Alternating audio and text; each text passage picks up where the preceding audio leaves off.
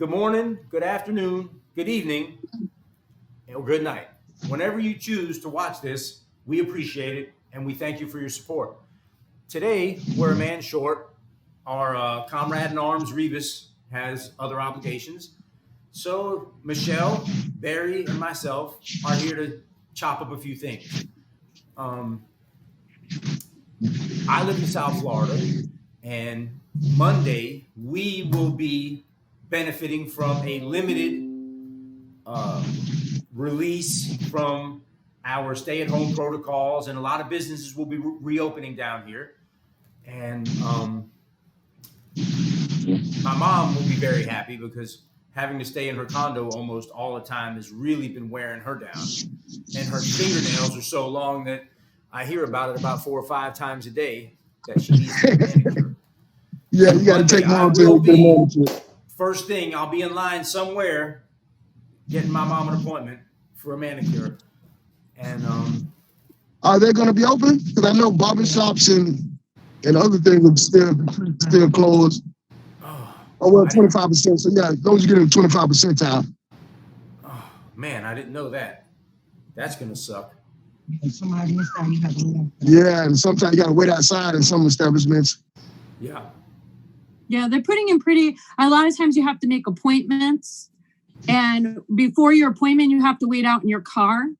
I don't know if it's like that for nails, but I know it's like that a lot because I'm a mental health provider. There's rules that we're supposed to be following and that other providers are following. They're not allowing people in the waiting room. You have to wait in your car. You'll be notified when it's okay to come in the building. So, yeah.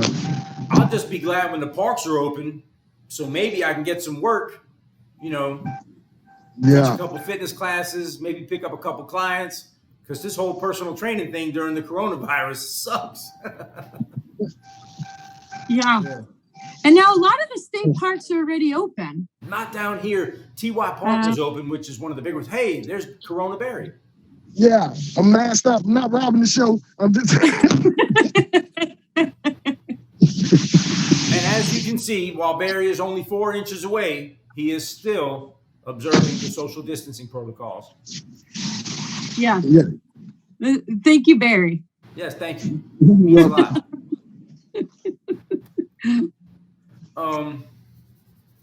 Okay, while we're on the subject, or since we weren't, but we can be, I've been hearing a lot that I seem like I'm too carefree. I seem like I'm too funny. And maybe I should be a little more somber, a little more serious and stuff like that. And I don't seem like I'm angry enough to have done some time. See, like people have a perception that a person in prison is going to be mad, going to be irritable, agitated, whatever. And even when I was doing time, I didn't live like that. But one of the things I knew you when you were doing time. Of you course. were not an angry person. Yeah. I'm pretty much the same now. I mean, I think. Yeah. I mean, there's no point. And that's the part that a lot of people have a difficult time understanding because they want everybody in prison. They don't understand prison is its own community with lots of different things going on. And there's no point in being angry. You're just going to have conflict. Yeah. And having conflict in that environment has the potential to be deadly. Sure. Now, people say that they say, wow, you're not angry, like I'm supposed to be angry out here. And what do I have to be angry about now? I'm free. Even if I was angry then, why angry now? And but I will say this, while I am definitely not angry, there are a few things that do worry me every day out here. And one of the things is these guys driving around with their cars smashed up. If I see somebody with the rear end banged up, I'll give them the benefit of the doubt and say, well, somebody else wrecked into him. It's these people that are driving around with the grill smashed in and fenders missing, you know what I mean? And they're just driving reckless as hell. And to me, it's like they're saying, hey, man, I already got one guy. Don't be the next one I run into, So I treat these guys like they're cop cars with the lights on or fire engines. When I see them coming, I get the hell out the way because I don't want them to wreck me out, And, I mean, I'll change lanes. I'll turn off, go to a whole nother route just to get away from them. But can I tell you? So I have two cars. I have a nice car and I have my ugly car. And my ugly car, I know like it's looking ugly. So I already know like when people see that coming, they're like, oh, she don't care about that car. Let me get out of the way. Get the hell out of her way. Get out of the way car. And I'll tell you something else that worries me, right? Something else that worries me is multitasking. I have seen guys, I'm behind them and the light goes green and this is what you see. This is what you see from the rear, The light goes green and you see him. So he had his phone in his hand, right? And then he's driving and you see him, he's holding it up and he's talking while he's driving. And I'm telling you, man, 9 times out of 10, before 3 miles is gone, he's rear-ended somebody because he's slow to accelerate, he's slow to brake, everything, right? So when people try to multitask, that worries me. And the other thing is stores that multitask. Now, there are some that do it the right way. BJ's, hey, look, I'm not being paid for this, but if you want to pay me, I'll give you my information. Just contact me. BJ's does a great job. You can get your food, your sporting goods, automotive supplies, Costco's, Walmart, Sam's Club, all those do it great. The multitasking places that worry me are in these shopping plazas. The other day, I see a barbershop. And barbershops are supposed to be closed. But I see the barbershop placard on the building. And then in front of it, it says, there's a little folding sign that says, pizza by the slice. Now, first of all, I already see some bullshit in the game because pizza by the slice is not plastered on the wall. They have the pizza sign where they can snatch it down and go hide it somewhere. But I'm asking myself, who wants to get pizza where people get their hair cut? With hair everywhere. Yeah, and then, I know enough from being in prison with the barbershops that the Board of Health has to come and inspect the barbershop before it gets certified. The same thing with the pizza. So what the hell is this? Who wants to go in there and say, man, let me get a fade and a slice of pepperoni? It's crazy. No, you got it. And I see all kinds of other combinations. I see window tinting and wings. I see all kinds of crap. And that's the kind of multitasking that worries me, man. Stop doing it. Stop. So that way, if your chicken doesn't look well done, they put a tint over it and make it look like it's all. It's crazy. They put tints on your glasses. Yeah. But that's one of those situations where people only see a piece of the puzzle. And they say, ooh, pizza, we could sell pizza, we could make some money, and we got enough room over here. Man, listen, give it up. Give it up. Give it up. Stay in the same family. If you're going to do window tinting, do something else car related. Yeah. Don't cross over into genres. Window tinting and maybe detailing, that works. I don't know what goes with getting your hair done, though. I mean, that's crazy. Nothing goes with hair. You're just going to get your hair done and get the hell out of the way. You can sell some clothes. That would make a little bit more sense. It's still like appearance related. Sure. But you still got hair. And barber make no sense. And listen, when you use those clippers, the hair doesn't just fall off. It's like going all hairs everywhere. I've seen perfume. You can sell some perfume. Yeah, you can do perfume. You can do that. You can do that. Something like that. Yeah, any kind of, I guess, beauty supplies. Something that you could wipe the hair off of. Yeah, that would work. Yeah, that would work. Yeah. You don't like the redhead special on the pizza? No, man. You know what I mean? No, I'm not into that. I'm not into that, man. No Parmesan cheese. You just got a side of dandruff.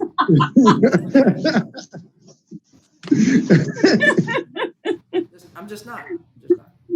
Yeah, we're being too happy again. We have to cut out the happiness. Yeah, right. You gotta cut out this happiness. Way too happy. We're supposed to walk around miserable. Because we were involved in prison. I'll tell you something else. When I was in prison, I used to teach the fitness classes. So the officers on the rec yard would see me running around, doing pull-ups, doing push-ups, all this stuff. And I was also the computer clerk. So I was in the office doing the computer work, setting up all the files and everything, databases. So in the morning, most of the time, I'd be out on the yard doing all the ripping and running. And then in the afternoon, I'd be in there doing all the book work, all the administrative stuff. So the same people, the same sergeants and COs that would see me out there running around would come in the afternoon to get a drink of water or use the bathroom or something. And they would look at me and they'd say, "You work on the computer?" And I'd say, "Yeah." And they'd say, "Huh." And I would be like, "What?" "Oh, you just don't look like the type that would be on the computer."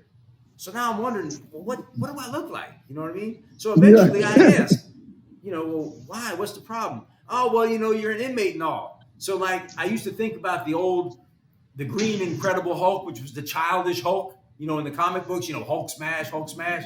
So I would say like, "Oh, me inmate, me break computer, me inmate, me head hurt." You know what I mean? So like as an inmate, I was supposed to be primitive. I can do a push-up, but I can't really do much else. And it's just the odd perception that people get when you put the blues on. When you put on the prison clothes, they just oversimplify you. And don't forget the added ingredient is a lot of people equate stature with IQ. Oh yeah. The bigger the stature, the smaller your IQ is. Yeah. Bigger and dumber. I mean, I don't know how many times I've been insulted by like, "Wow, I never expect you to say something like that." Yeah. I'm like, well, why not? Is it because I'm black? No, I'm not. Well, what is it? And then I get it from black people too. So no, you just don't look like the type to read those type of books. And I'm like, huh? Oh, I see the big dummy syndrome. Yeah. So the bigger you are, you're supposed to read the smaller books. Yeah. Yeah. I get Or it. don't read it all. Yeah, that's great. It's crazy. It's absolutely crazy. Yeah. That was always something that was interesting too, because there are so many different types of people that become incarcerated. I remember we had one at Madison where he played the piano beautifully.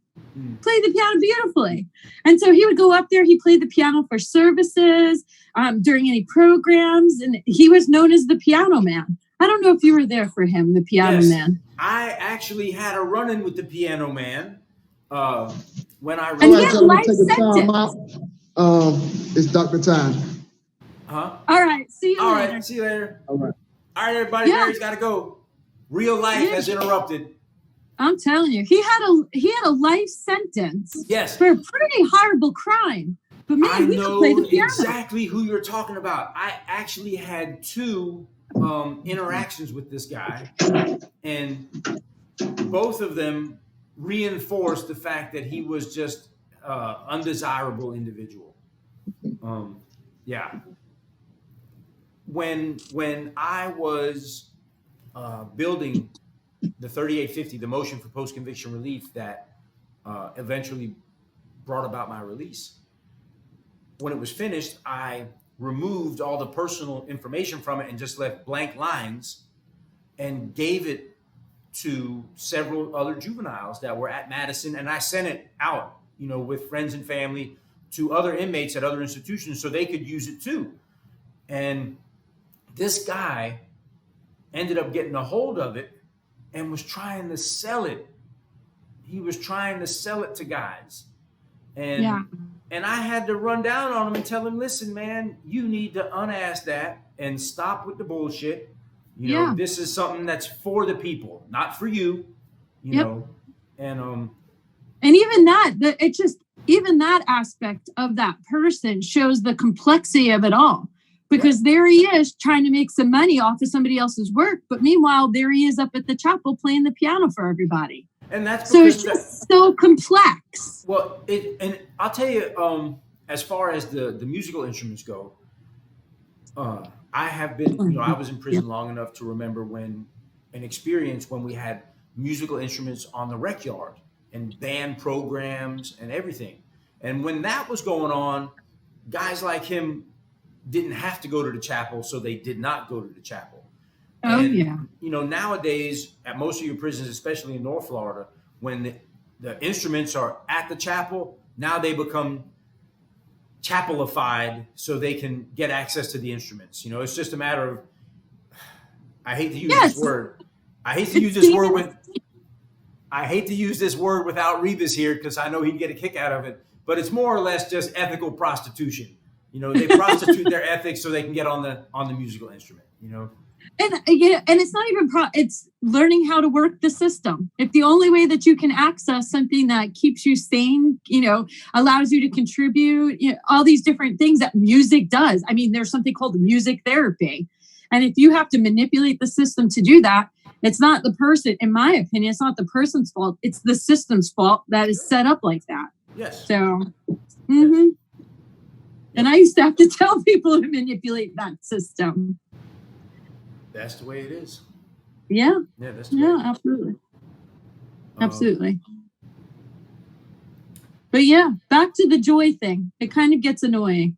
Yeah, I mean, and the thing is, I wish I had, and I'll have it. I was just notified by the law firm who represented me and who still represents me that my 2 boxes of legal work arrived at their office. You know, now that my case has pretty much been resolved, the clerk of the court sent them, you know, I guess a copy of it. So she said, hey, do you want to come get it? And I said, yeah, sure. Because now I can get it, make some copies of stuff and send it out to guys that are still incarcerated to help them in their fight, you know? And it's odd because when they talk to me, you know, they're happy that I'm happy. You know, they're happy that I'm joyful. But inside this law work are letters that guys wrote me. You know, I got a lot of letters from inmates. When they heard that I was down there for resentencing, they just started sending my brother letters, you know, of support and stuff like that. And not surprising for you, but I mean, surprising for a lot of people would be reading it and they talk about how I was always good for a laugh, you know, and even though we were in prison, you know, that it was still kind of cool because I would kind of like have us where we weren't locked up in our thoughts, you know, in our days. Oh, look at that. Our meeting will end in 10 minutes. All right. Okay. All right, get out of here. All right, so we got like 9 minutes and 50 something seconds. So yeah, you know, that was always an odd thing, is that the people who didn't live in prison couldn't understand it, and the people who do live in prison do understand it. But you know what? And I know a lot of guys that try to distance the whole inmate stigma or the inmate perception. And instead of doing that, what I would like to say is, when we're in prison, you know, it's always a very tense situation. And even if it's not, the tension is always just under the surface, you know. And more so back in the days because, you know, back then with the lack of overall supervision and control that the security exerted over us, you know, it was one of them things where no matter what happened, as inmates, we could only win the first half. You know, you've seen football games where one team is ahead and then after halftime, the other team just comes back and steamrolls them. Well, that was how it was, you know, in prison back in the days, because even in the riots that I've seen, the inmates always got off first. And the officers would batten down the hatches. And I've seen inmates tear up canteens and tear down tiki huts and all kinds of destruction, beat up officers, beat up each other, stabbed, all that. And then when the squads come from the other camps with the riot gear and the shotguns and everything else, that's a hell of a second half squad that's coming into play, you know? And that was what was the major deterrent, was the guys who knew and who have already experienced a couple riots know that these motherfuckers have a hell of a second half defense, you know? And that's why, look, it looks like that. It looks sweet, but it's really not sweet. And like I say, back then, there was a lot of gambling, and, you know, the coaches that ran the rec departments knew that. So a guy would show up and say, hey, I'm a referee. And even if they could pass the test on paper, if the coach had no confidence in them that other people would, you know, listen when you made a call because all this money that's on the line, he'd say, nah, man, I can't use you. You know, that because, I mean, a serious situation was only one bad call away, from stuff going down. Yeah. Because, you make a bad call, and one guy who has his money bet on the team that benefited from the bad call is going to say, pay me. And the guy who had his money bet on the team that was harmed by the bad call is going to say, hell no, I'm not going to pay you. And now it's going down. Yeah. And it doesn't take long for the guy who doesn't get his money to say, well, I'm going to go whack this referee too, because he's the one that caused all the problems. Yeah, absolutely. Absolutely. Yeah. But, and people don't understand the use of humor and being able to keep, that level of aggression down, or that level of adrenaline down. They don't understand that. I was at Cross City helping out. And this was back when we were still under the Verizon contract. Yeah. And there was somebody there that did not know me. She was just somebody there from Verizon that was auditing. And I was training another provider. We had an inmate in, it had gotten tense, and we were able to get him laughing and us laughing. She comes storming in there. This is inappropriate, laughing, blah, blah, blah, blah, blah. Meanwhile, we had de-escalated a situation into where there was no issue anymore. She went and complained to the guy over the whole state, who was the one that asked me to go in, that had full confidence in my the way that I handled situations. And he had to explain to her, I'm doing an excellent job. To just, if you don't understand something, you go ask him. You don't come in and say anything to me. So it was really, and I had to pull all these articles and all these different things to show the value of using humor and laughter to de-escalate situations, to be able to give people some sort of outlet for that pent-up energy and emotion. Because what is a laugh but a way to expel some of that energy? Sure, and it deals with stress. It helps you deal with stress. Yeah, it releases all these feel-good hormones, and it burns off all the, with a way to get rid of some of that energy. Yeah. And, people that haven't been through that amount of stress, of course, you don't laugh at somebody. There's a big difference between laughing at and using humor as a way. And half the time it's self-deprecating humor that really gets it. But it's just amazing how people that haven't been through it have something to say about it. Overwhelmingly, the people that have been through it, they understand it and they get it and they appreciate it. Yeah, I can't recall who it was, but there was one of the famous guys, like a Winston Churchill or somebody, who said that you could never appreciate what the man in the arena is going through until you face the lion, and you get it a lot in prison. We could be watching a football game, and Aaron Rodgers or Peyton Manning or Tom Brady, Drew Brees, one of these, significant, uniquely good quarterbacks throws a bad pass. And the guy sitting next to you says, oh, he should have thrown it to the other guy. Well, first of all, we don't see the whole field like he does, like Drew Brees does. And, sometimes you just don't understand what's going on, and he's going to throw the ball away instead of trying to do something and turn the ball over. And then we could be watching a soccer game and, oh, he should have kicked it this way, or a baseball game. He should have ran. He should have slid. And these guys don't even play sports. And the same people, we could be watching Gladiator and somebody gets ate by the tiger. And, oh, he should have dove to the side. And I mean, come on, man. And these are guys that will never play in the NFL, never probably played football even in high school. And I love watching football because I've played football, and I've played it, at the highest level available to me in prison. I've played in some prison championship games, you know what I mean? And I didn't win any football championships because I always played on the underdog teams. I always liked to take guys that were cut by other teams, and it was more fun that way, And, but these guys that have never done all this stuff, and all they do is sit around and criticize. And they're the same one, in prison, there's parlay tickets where you have to pick 4 teams to win. If you get 3 out of 4 right, you lose. And they'll come and they'll say, hey, Michelle, who do you like? Who do you like? And what they're looking for is somebody to blame it on, because if you tell them you like Dallas and Dallas covers and they win, then they have the ticket in their hand and they tell everybody, I hit. But don't let Dallas not cover. Then they'll tell everybody, man, Michelle blew my damn money, man. Yep. Man, Michelle, I knew I should have took. Man, I don't know why I listened to her. But they come and seek you out and ask you who you like.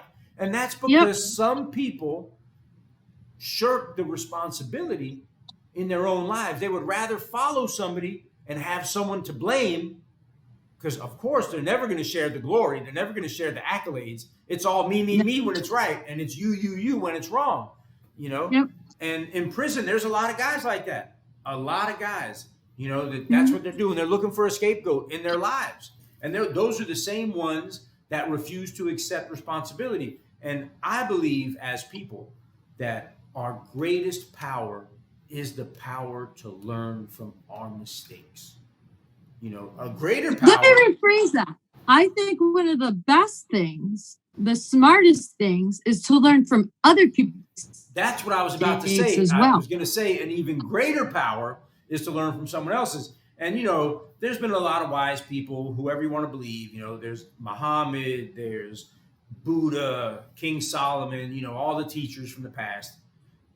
And they said that a wise man can learn from a fool's mistake, and a fool can't even learn from his own. You know, so we've always had. Well, we've only got a minute left, less than a minute left. Let's remind everybody to like, subscribe, and hit the notification bell. And then also, if you enjoyed this, please support us and share to everybody else. Share. You can share. Now we sound like we're at a share concert. We might need to find that out. Awesome. All right. See you around.